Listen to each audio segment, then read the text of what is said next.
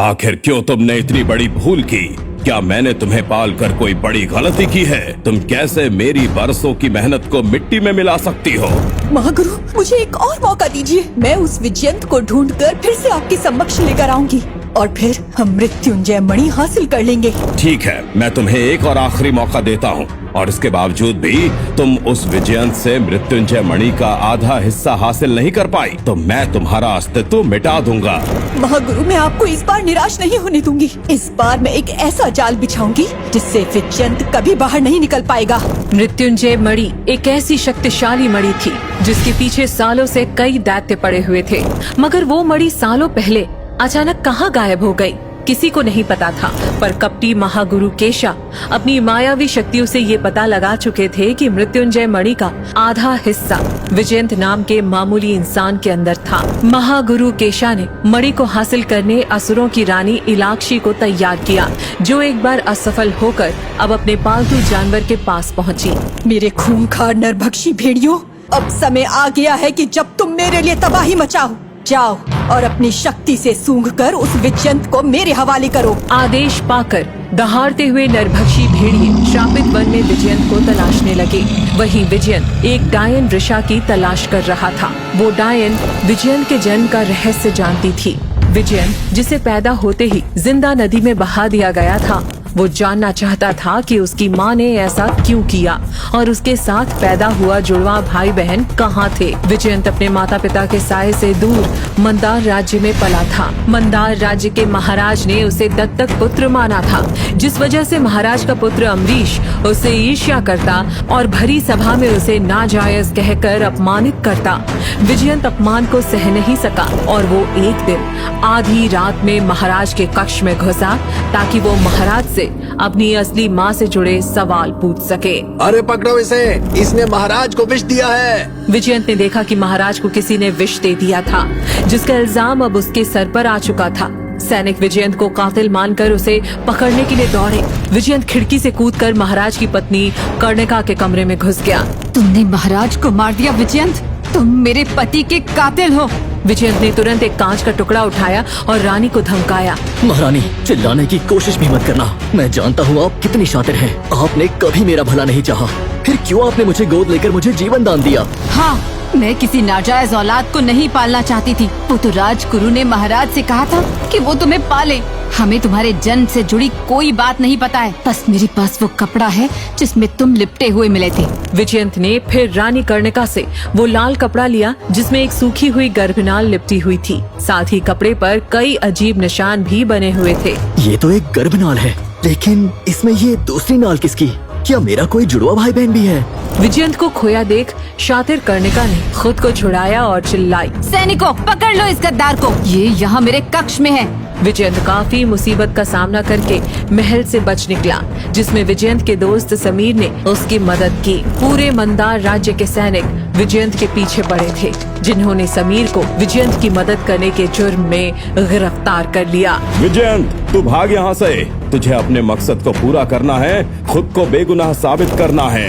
तू मेरी चिंता मत कर, मैं तो अपने पिता की मदद से इन सैनिकों से आसानी से बच सकता हूँ। विजयंत घोड़े पर सवार होकर श्रापित वन में पहुंचा। यहीं से उसे अपने जन्म से जुड़ा रहस्य पता चल सकता था, जहाँ उसे कुछ अजीब लग रहा था। अचानक दर्जनों राक्षस सैनिक पेड़ों के पीछे से निकल आए। तो तू ही है वो लड़का जिसे कालकूट की महारानी इलाक्षी ढूंढ रही है? मुझे क्यों ढूंढ रही है तुम्हारी महारानी? मुझसे क्या चाहती है? हो कौन तुम लोग?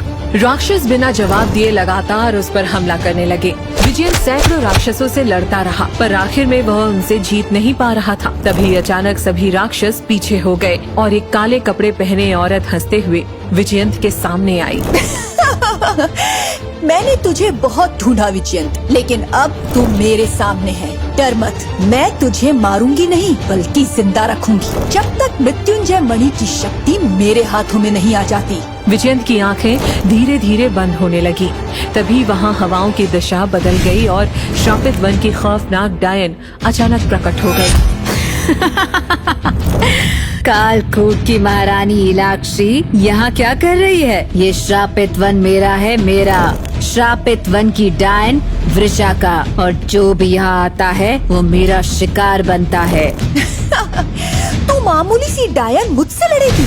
मैं इलाक्षी हूँ, सर्वशक्तिशाली। कौन कितना ताकतवर है देखते हैं। दोनों एक दूसरे से लड़ने लगी। इलाक्षी ने डायन वृषा को बुरी तरह घायल कर दिया।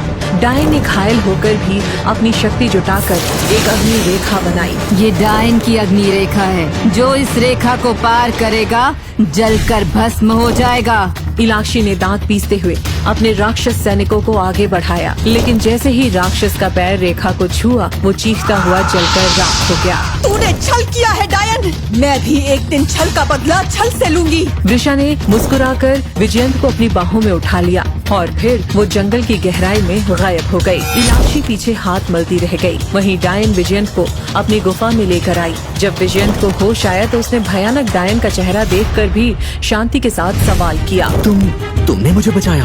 तुम वो नहीं हो जो लोग तुम्हारे बारे में कहते हैं। हाँ, मैं वही हूँ, श्रापित वन की डायन। मेरे इलाके में कोई आकर आफत मचाए मुझे पसंद नहीं है। मैं बाहरी लोगों को यहाँ आने की इजाजत नहीं देती। तू भी जा, जल्दी चला जा।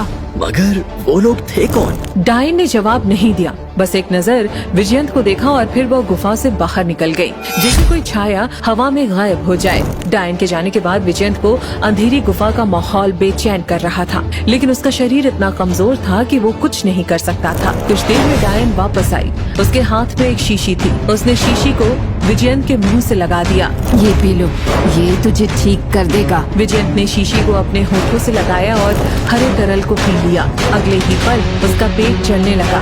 उसका गला जैसे आग से भर गया और वो जमीन पर लुढ़कते हुए चिल्लाया। ये क्या था? विजयंत दर्द से चीख रहा था। उसके मुंह से खून की उल्टी होने लगी। उसकी आंखें लाल हो गई और उसका शरीर कांपने लगा। डायन ने उसकी ओर देखा और जोर जोर से हंसने लगी। विजयंत, तुम ऐसे ही किसी पर यकीन कर लेते हो क्या? मूर्ख लड़के, ये जहर था, जहर। विजयंत अपनी उखड़ती हुई सांसों के साथ रोशन हुई गुफा को देखने लगा। तभी उसकी नजर गुफा की दीवारों पर बने निशान और मंत्रों पर गई। वो निशान बिल्कुल वैसे ही थे जैसे निशान उस कपड़े पर थे जिसमें उसकी गर्भनाल लिपटी हुई थी।